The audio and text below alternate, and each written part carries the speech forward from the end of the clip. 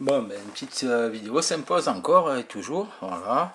Donc pour avoir dans la suite, hein. Donc là maintenant c'est avec l'école primaire Esperia là à Fort-Calquier. Donc il y avait eu déjà des problèmes en 2014 alors qu'elles avaient été inscrites, enfin désinscrites d'une école mes filles pour être réinscrites à celle-là sans que mon accord soit donné, qu'on me tienne au courant.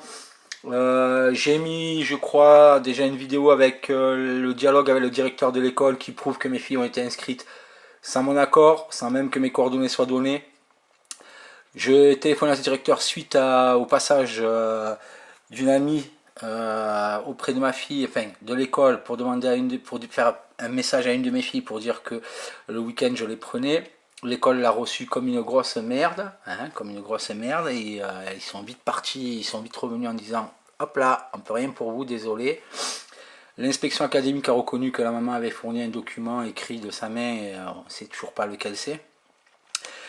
Force est de constater que une fois que j'ai eu ce directeur au téléphone et qu'on a réglé le problème, qu'il a eu mes coordonnées, Madame Calva évidemment, là il y a peu, là en 2016, a sorti une note d'information disant qu'elle s'était mise au devant pour régler le problème, alors que je l'avais vu quand même au mois d'août 2014 avec les enfants, où elle avait sorti des trucs et tout, donc elle était au courant que mes filles étaient inscrites, et il a fallu quand même qu'au mois de septembre, je téléphone moi au directeur et que je me prenne pratiquement le bec avec.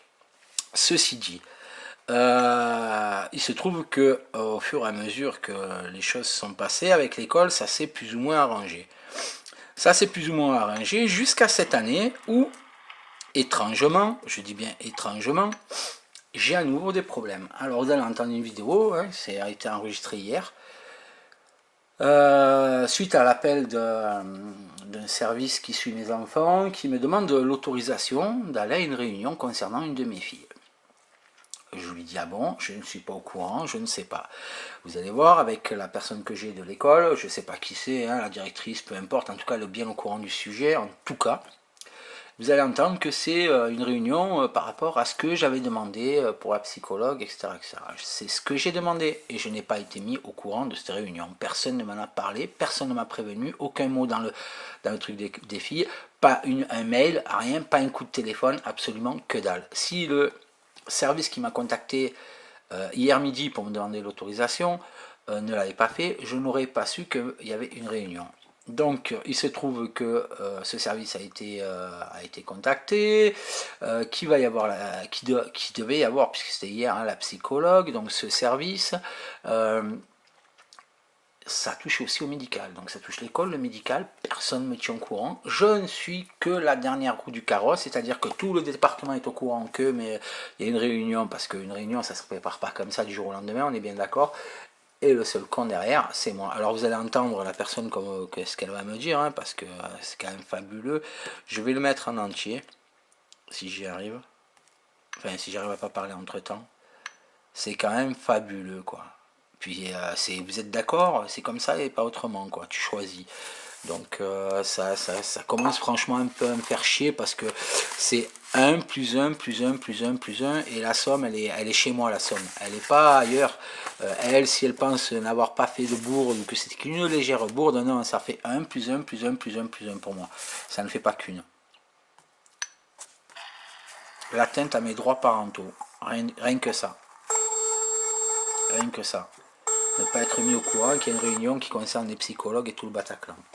C'est fabuleux quand même. Fabuleux. Et alors que c'est à ma demande. Elle va le dire dès le départ quasi. C'est magnifique. Bonjour. Oui, bonjour. Excusez-moi de déranger, mais c'est Moussa Ali, papa de Tamara et Méline Moussa Longin. Oui. Je vous appelle pour deux raisons. Déjà vendredi, ça sera ma mère qui viendra les cacher. D'accord. Et comment se fait-il que j'apprends aujourd'hui par le CNPI qu'il y a une réunion concernant ma fille Tamara? Alors vous m'aviez demandé de préparer une réunion, et là on a fait une déjà avec la maman et on pourra en faire une avec vous après. On va déjà mettre les choses basées avec la maman et après on aura une avec vous après. C'est ce qu'on fait souvent avec quand les parents sont séparés comme ça. Voilà, c'est pas quand les parents, c'est quand les mamans sont séparées comme ça.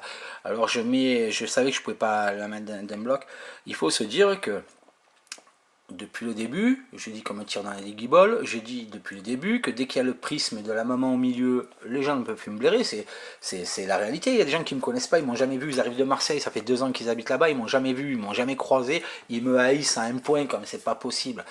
Étrangement, je reviens donc à ce que je disais avant avec cette école, j'avais réglé quelque peu les problèmes avec le directeur, etc., etc. Ça commençait à rouler plus ou moins, il y a eu 2-3 petits couacs, mais c'était pas grand-chose. Cette année, étrangement, la maman fait partie des parents d'élèves. Elle a été élue. Et étrangement, on en arrive à encore un rapprochement avec un groupe scolaire, et puis d'un coup, d'un seul, voilà, je redeviens la merde de service, quoi. La merde de service, et je passe après, c'est la maman, les mamans, c'est les mamans, les papas, non. Donc, merci l'éducation nationale.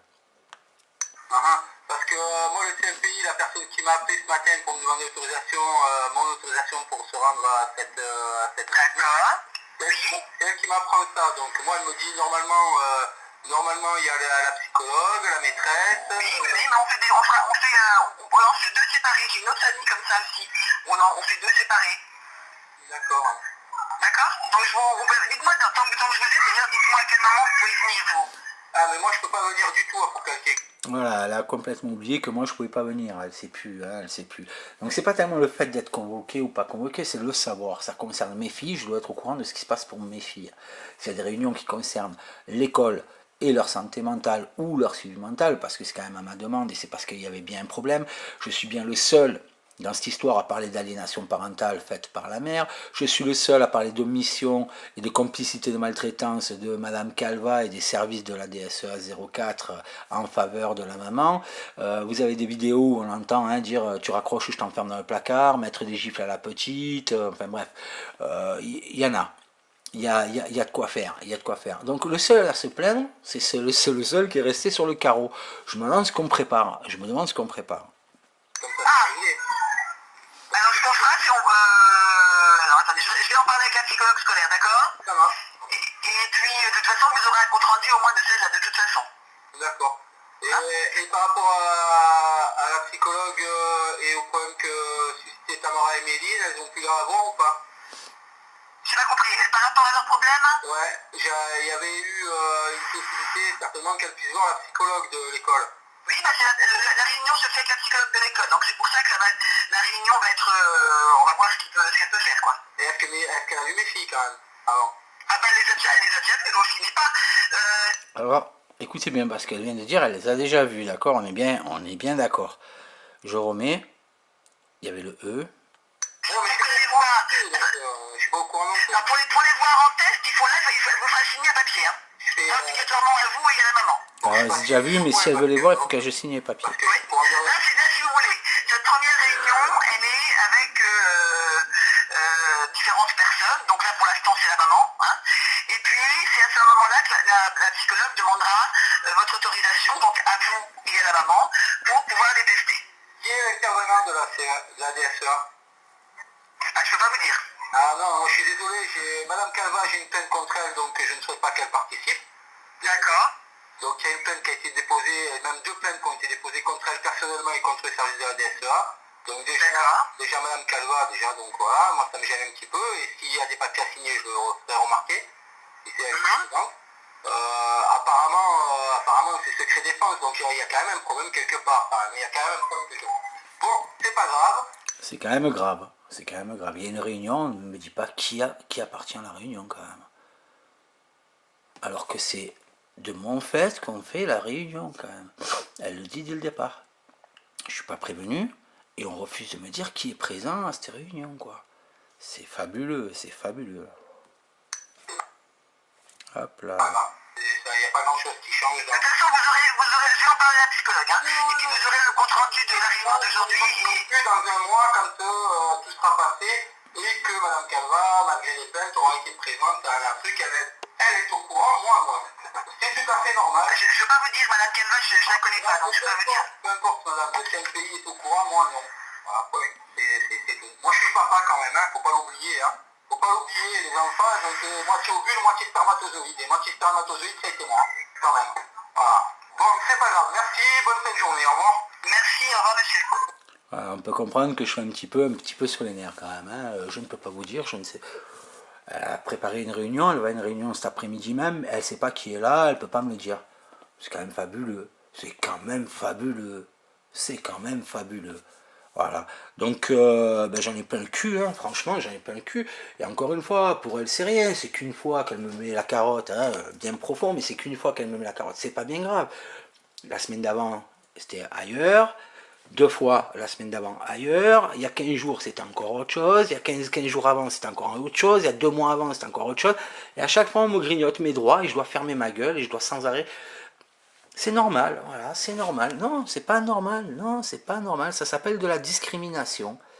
Alors j'ai fait un petit courrier vite fait, hein, parce que voilà, ces gens-là, de toute façon, c'est un peu comme avec les autres, là, dès qu'ils ont le cul merdeux. Ah, mais on fait comme ça avec d'autres personnes. Oui, mais bon, je m'en bats les couilles, moi, les autres personnes. Si le papa dit rien, que ça le dérange pas d'être pris pour une pute, c'est son problème. Moi, ça me dérange. Moi, ça me dérange. D'autant que, comme elle le dit au départ, c'est quand même à mon initiative que est faite la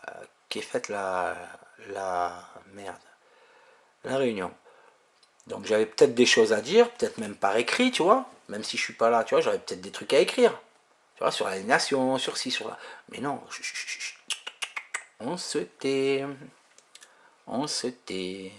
Et puis on est que au mois de mai, hein. Donc la réunion, la prochaine qui devait me concerner, j'aimerais bien savoir quand est-ce qu'elle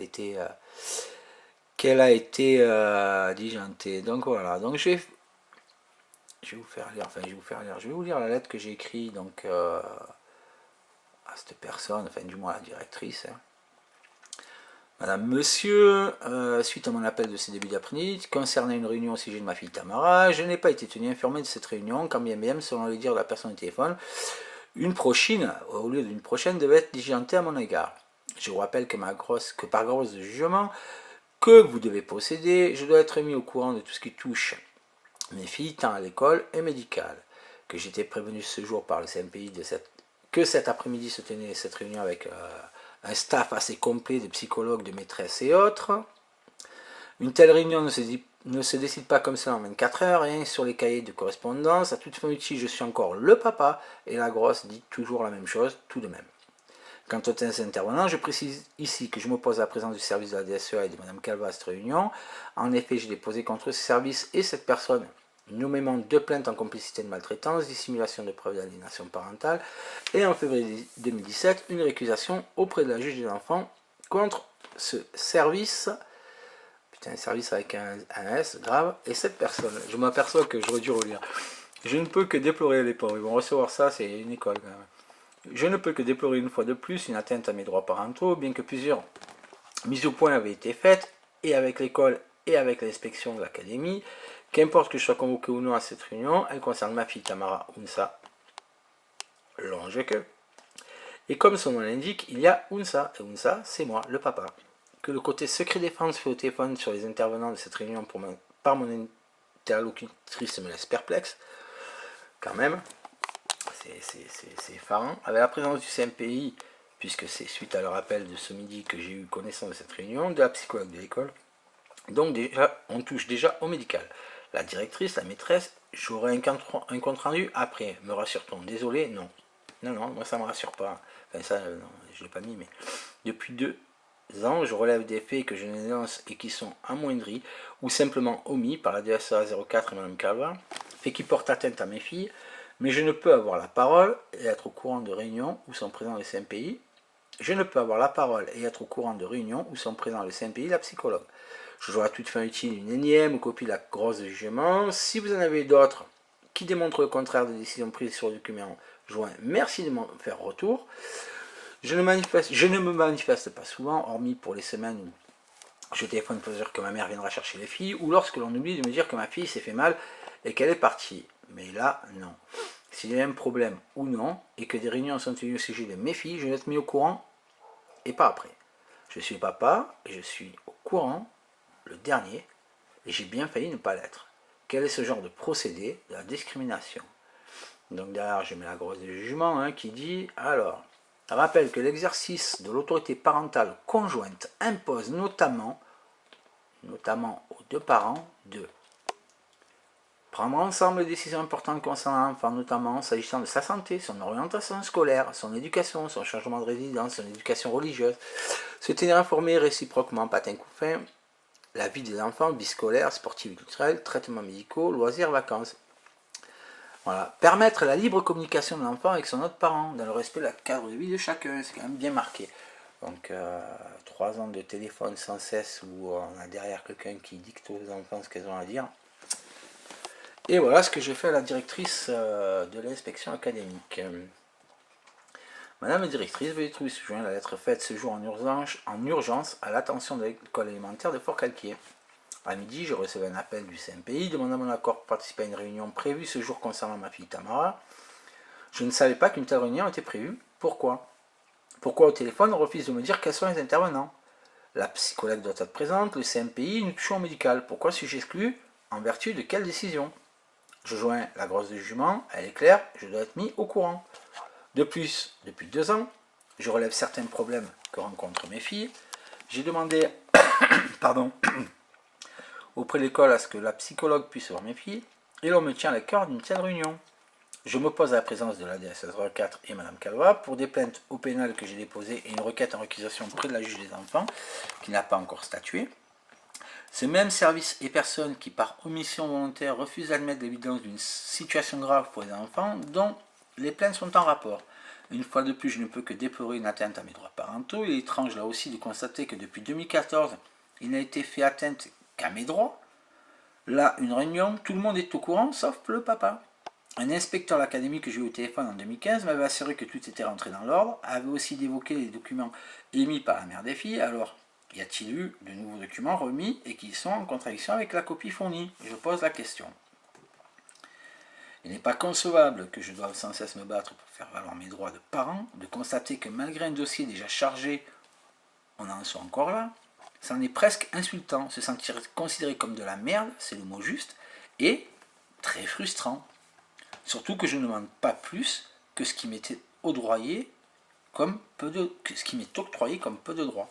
Je demande à ce que des sanctions soient prises pour que cessent ces atteintes bien trop nombreuses maintenant. Je vous remercie de l'attention portée à cet envoi. Je vous prie d'agréer, Madame la directrice, mes respectueuses salutations. Donc moi, hier, quand j'ai appelé l'inspection académique, on m'a dit, faites un courrier, un mail, vous verrez, on vous répond sous peu. J'attends encore, je pense que je vais attendre encore un petit moment. Donc voilà. Donc, il faut se dire que il n'y a qu'un point central qui reçoit à chaque fois toutes ces atteintes, c'est mon cerveau et ma gueule. Donc il va arriver un moment, messieurs, dames, où il va falloir faire très, très attention. Je fais des vidéos, tout est posté, ça va rester. Je tiens à ce que ça y reste, et ça y restera. Parce que quoi qu'il arrive, je veux que ma vie soit sur le net et qu'on puisse se rendre compte de ce qui m'a été fait tout au long de ces années. Ce qui a été fait à mes enfants tout au long de ces années. Entendons-nous bien. Voilà. Merci bien. Au revoir.